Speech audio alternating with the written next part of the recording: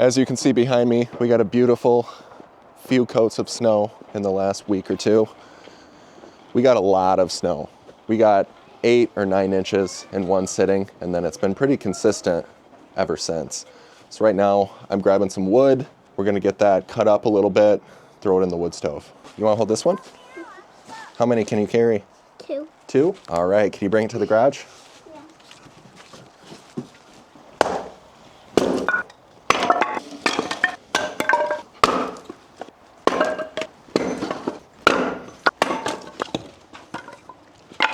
Thank you, buddy. You carried more than I did.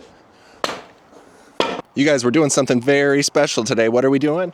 Fishing! All right. So we are headed to the back of the property today to try to catch some fish, change out our protein a little bit. We've been eating so much pork and lamb and chicken that it'd be nice to have some fish. So I wanted to bring a sled with us to carry all of the gear, but none of our sleds have any ropes on them because when you have kids, the ropes go missing. But I did find a rope tied around a tree right here that I'm gonna take off the tree and attach to the sled. And we wouldn't have had any rope at all, but Indy, you spotted this rope camouflaged to the tree right here as if it were placed there by God himself. So we're gonna take that off and throw it on our sled. Fire time. Yeah, it's been on there for years. It looks like it's growing into the tree.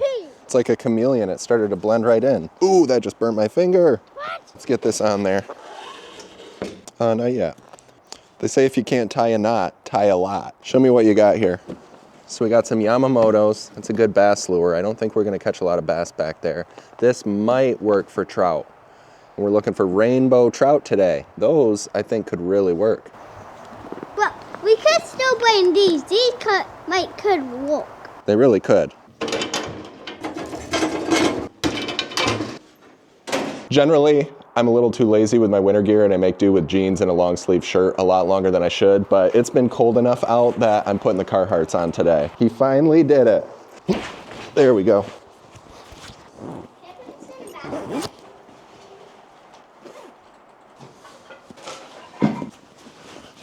We're dressed and ready for action. What do you think, Indy? You ready to roll? All right, we're getting a late start here. We're getting everything together. We got a little snow falling behind me, so it's gonna be beautiful out there. Jet, you look like a little Eskimo. Our sled wasn't ideal for carrying the bag, so now we've got Jet as our bag boy. So it's a little bit of a walk back to the river. It's a lot easier in the summertime because when you're walking in the snow, you sink through and it's kind of like walking on sand. So the cool thing about this creek back here, it's called the Tamarack Creek. They actually started stocking it with brook trout back in the 1800s. In the spring and fall, we could pretty much catch and keep whatever we wanted. But because it's winter, the only thing we can keep are rainbow trout. So that's what we're after today. All right, we lost a hat. You want it up like this? There we go. Press forward. I don't have this much energy. Jet, you're a real trooper, you know that? We got a great big hill right here that goes way down there. So we're gonna jump on the sled and we're gonna race it down. Here we go, scoot forward. Woo! Oh no. How did we ever think that was gonna work? It was a good experiment though. Woo! Whoa, wipe out. All right, you guys, we made it to the bridge. Ooh, that river's looking good.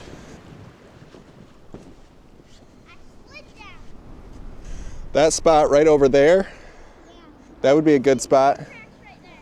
The snow's a lot deeper down here, huh? Look how pretty it is right here. Got that big hill up there on the other side. Snow coming down, beautiful pine trees. Doesn't get any better than that. We got plenty of hooks here.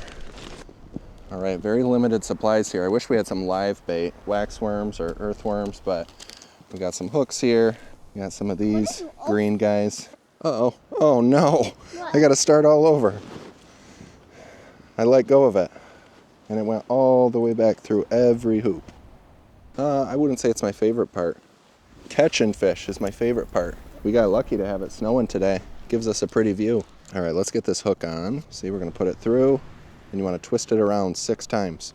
See how it made that little knot on there? Yeah, do not step right there. All right, you guys ready to fish? Jet, we'll have you go first. We cast it out there. You hold this and you're gonna reel it very slowly, okay? And that's gonna just carry the lure down the current, and then it's gonna curve back towards us. And there's a little hole in there that sinks down, and the fish like to go in there. You can reel it a little bit faster, kind of like this.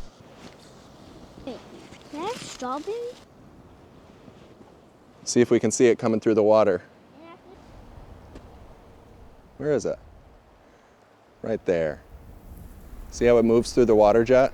And the fish like to see that little tail move. Ooh, perfect. That's a good one. If that doesn't catch a rainbow trout, I don't know what will. Indy, are you about ready for your turn? Yep. You look nice and warm.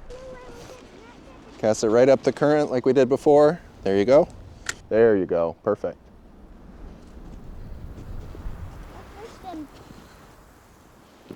You got a perfect reel going there.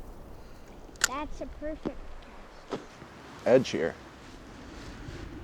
If that's a strawberry, I'm so surprised. Indy! I need Jesus to bring us some dinner. Yeah, we do. All right, we've each had a few casts and we're not having a lot of luck so far. We're gonna move a little bit further up the river. It's pretty shallow right here, and I wanna try a spot where the riverbed is a little bit deeper.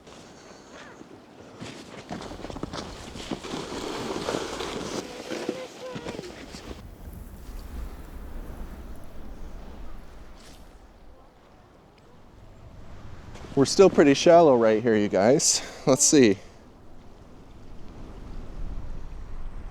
All right, make sure you guys walk on our old tracks, right?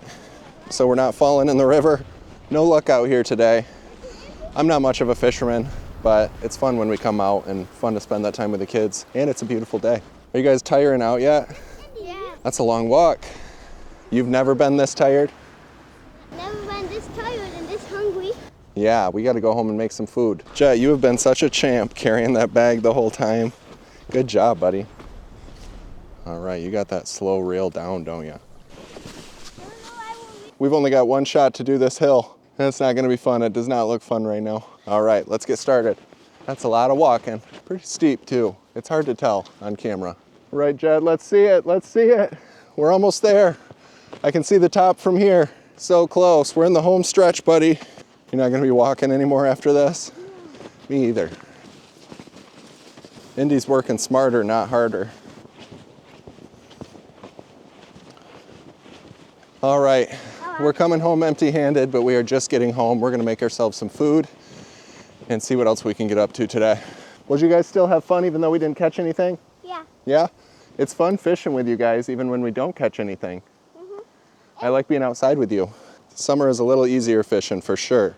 Now we've talked a lot about cutting, splitting, and burning wood to heat our house, and this is the wood stove right here that we use to heat our entire house. We've been having a big issue with it this year, and today I'm gonna work on getting that fixed, and I'm gonna take you along for the process.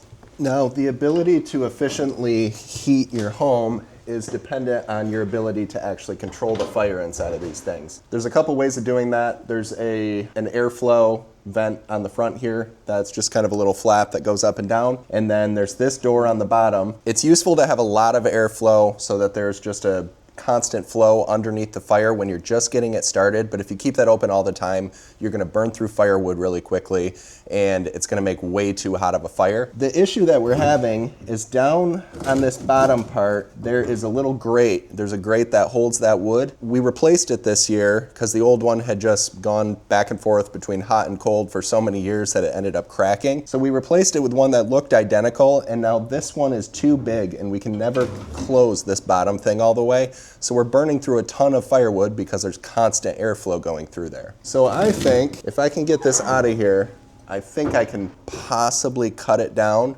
to where I can actually get this door shut. But I'm gonna show you a little bit closer what I'm talking about. So here's the little door here. There is the vent that I was talking about over there, the front one. This door right here can't close because that little handle right here is sticking out too far. Now, I think if I can cut this handle off, then we can close it up and we're gonna burn a lot more efficiently. They don't make it easy either. Where's the end? There we go. Dropped right down. Probably make a huge mess. All right, so you can see it a little bit better from here. You can see that's the grate right there. All the wood sits on top of that inside of the wood stove. And here's that little handle that is too long. So I'm thinking if I take an angle grinder cut it right here and just take about an inch off, then that's gonna give me what I need. But it's made out of like cast iron, so I'm not 100% sure if the angle grinder is gonna cut it. We'll find out. Safety first. All right, I cut through there pretty well, so I think this is gonna work. Man, I just had a bug fly right in my eye. I put my sunglasses on to cut that metal, and then as soon as I took them off, a bug flew in my eye. All right, good clean cut. I think it took just enough off, and I'm hoping we can close the bottom door on the wood stove now, but let's go check it out. I'm gonna go in through the top this time. Woo, beautiful. That's gonna be so much better.